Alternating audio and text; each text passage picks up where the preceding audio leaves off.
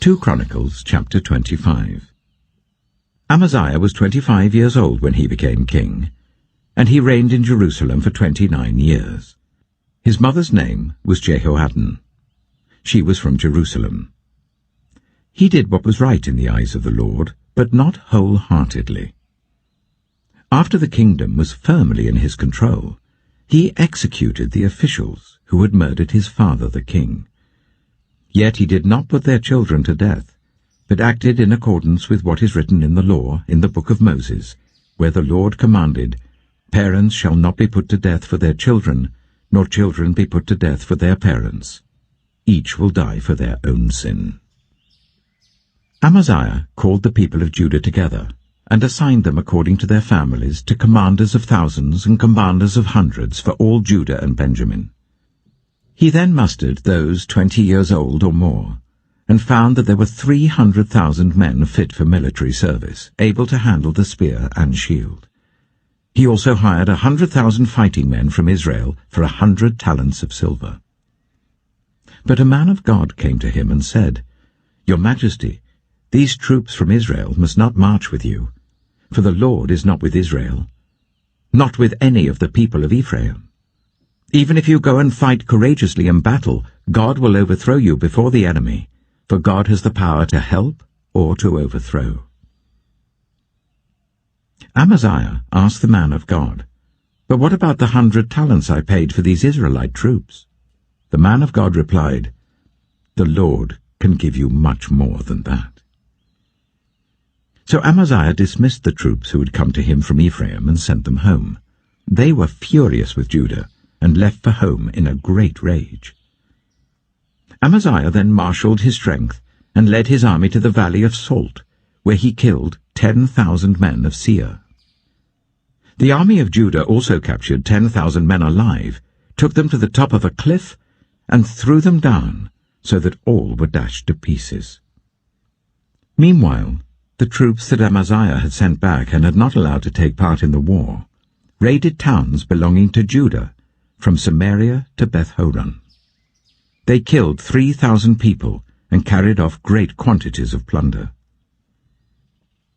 When Amaziah returned from slaughtering the Edomites, he brought back the gods of the people of Seir. He set them up as his own gods, bowed down to them and burned sacrifices to them. The anger of the Lord burned against Amaziah, and he sent a prophet to him who said, "Why do you consult this people's gods, who could not save their own people from your hand?" While he was still speaking, the king said to him, "Have we appointed you an adviser to the king? Stop! Why be struck down?" So the prophet stopped, but said, "I know that God has determined to destroy you, because you have done this and have not listened to my counsel." After Amaziah, king of Judah, consulted his advisers, he sent this challenge to Jehoash, son of Jehoahaz, the son of Jehu, king of Israel. "Come, let us face each other in battle." But Jehoash, king of Israel, replied to Amaziah, king of Judah, "A thistle in Lebanon sent a message to a cedar in Lebanon. Give your daughter to my son in marriage." Then a wild beast in Lebanon came along and trampled the thistle underfoot. You say to yourself that you have defeated Edom, and now you are arrogant and proud. But stay home. Why ask for trouble, and cause your own downfall, and that of Judah also? Amaziah, however, would not listen, for God so worked that he might deliver them into the hands of Jehoash, because they sought the gods of Edom. So Jehoash, king of Israel, attacked. He and Amaziah, king of Judah, faced each other at Beth-shemesh in Judah. Judah was routed by Israel, and every man fled to his home. Jehoash, king of Israel, captured Amaziah, king of Judah, the son of Joash, the son of Ahaziah, at Beth-shemesh. Then Jehoash brought him to Jerusalem, and broke down the wall of Jerusalem from the Ephraim gate to the corner gate, a section about 400 cubits long. He took all the gold and silver, and all the articles found in the temple of God that had been in the care of Obed-Edom, together with the palace treasures and the hostages, and returned to Samaria. Amaziah, son of Joash, king of Judah, lived for 15 years after the death of Jehoash, son of Jehoahaz, king of Israel. As for the other events of Amaziah's reign, from beginning to end, are they not written in the book of the kings of Judah and Israel? From the time that Amaziah turned away from following the Lord, they conspired against him in Jerusalem, and he fled to Lachish. But they sent men after him to Lachish, and killed him there. He was brought back by horse, and was buried with his ancestors in the city of Judah. 2 Chronicles, chapter 26. Then all the people of Judah took Uzziah, who was 16 years old, and made him king in place of his father Amaziah. He was the one who rebuilt Elath, and restored it to Judah after Amaziah rested with his ancestors. Uzziah was 16 years old when he became king, and he reigned in Jerusalem for 52 years. His mother's name was Jecholiah. She was from Jerusalem. He did what was right in the eyes of the Lord, just as his father Amaziah had done. He sought God during the days of Zechariah, who instructed him in the fear of God. As long as he sought the Lord, God gave him success. He went to war against the Philistines, and broke down the walls of Gath, Jabneh, and Ashdod. He then rebuilt towns near Ashdod and elsewhere among the Philistines. God helped him against the Philistines and against the Arabs who lived in Gur-Baal and against the Meunites. The Ammonites brought tribute to Uzziah, and his fame spread as far as the border of Egypt, because he had become very powerful. Uzziah built towers in Jerusalem at the corner gate, at the valley gate, and at the angle of the wall, and he fortified them. He also built towers in the wilderness and dug many cisterns, because he had much livestock in the foothills and in the plain. He had people working his fields and vineyards in the hills and in the fertile lands, for he loved the soil. Uzziah had a well-trained army, ready to go out by divisions according to their numbers, as mustered by Jeiel, the secretary, and Maaseiah the officer, under the direction of Hananiah, one of the royal officials. The total number of family leaders over the fighting men was 2,600. Under their command was an army of 307,500 men trained for war, a powerful force to support the king against his enemies. Uzziah provided shields, spears, helmets, coats of armor, bows and slingstones for the entire army. In Jerusalem, he made devices invented for use on the towers and on the corner defenses, so that soldiers could shoot arrows and hurl large stones from the walls. His fame spread far and wide, for he was greatly helped until he became powerful. But after Uzziah became powerful, his pride led to his downfall. He was unfaithful to the Lord his God, and entered the temple of the Lord to burn incense on the altar of incense. Azariah the priest, with 80 other courageous priests of the Lord, followed him in. They confronted King Uzziah, and said, "It is not right for you, Uzziah, to burn incense to the Lord. That is for the priests, the descendants of Aaron, who have been consecrated to burn incense. Leave the sanctuary, for you have been unfaithful, and you will not be honored by the Lord God." Uzziah, who had a censer in his hand ready to burn incense, became angry. While he was raging at the priests in their presence, before the incense altar in the Lord's temple, leprosy broke out on his forehead.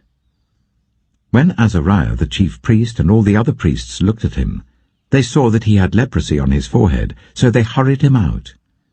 Indeed, he himself was eager to leave, because the Lord had afflicted him. King Uzziah had leprosy until the day he died. He lived in a separate house, leprous and excluded from the temple of the Lord. Jotham his son had charge of the palace and governed the people of the land. The other events of Uzziah's reign from beginning to end are recorded by the prophet Isaiah, son of Amoz. Uzziah rested with his ancestors and was buried near them in a cemetery that belonged to the kings, for people said he had leprosy. And Jotham his son succeeded him as king. 2 Chronicles chapter 27. Jotham was 25 years old when he became king, and he reigned in Jerusalem for 16 years. His mother's name was Jerusha, daughter of Zadok. He did what was right in the eyes of the Lord, just as his father Uzziah had done. But unlike him, he did not enter the temple of the Lord. The people, however, continued their corrupt practices. Jotham rebuilt the upper gate of the temple of the Lord and did extensive work on the wall at the hill of Ophel. He built towns in the hill country of Judah and forts and towers in the wooded areas. Jotham waged war against the king of the Ammonites and conquered them. That year the Ammonites paid him 100 talents of silver, 10,000 cors of wheat, and 10,000 cors of barley.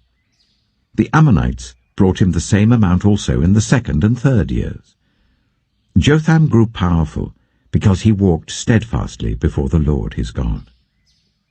The other events in Jotham's reign, including all his wars and the other things he did, are written in the book of the kings of Israel and Judah. He was 25 years old when he became king, and he reigned in Jerusalem for 16 years. Jotham rested with his ancestors and was buried in the city of David, and Ahaz, his son, succeeded him as king. Psalm 81.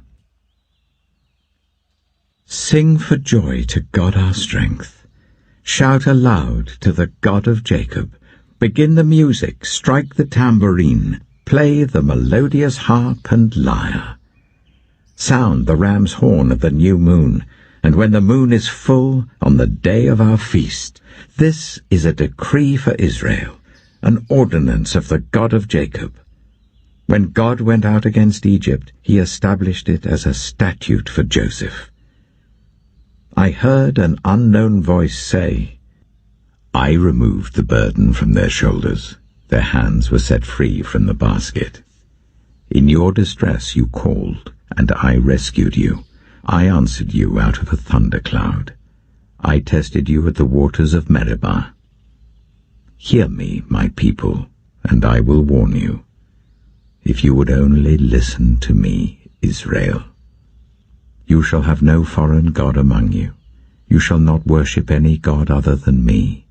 I am the Lord your God, who brought you up out of Egypt. Open wide your mouth, and I will fill it.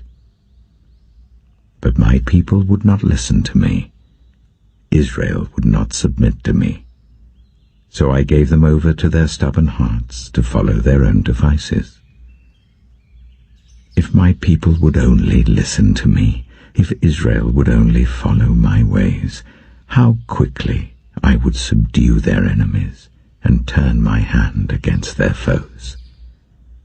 Those who hate the Lord would cringe before him, and their punishment would last forever. But you would be fed with the finest of wheat. With honey from the rock I would satisfy you.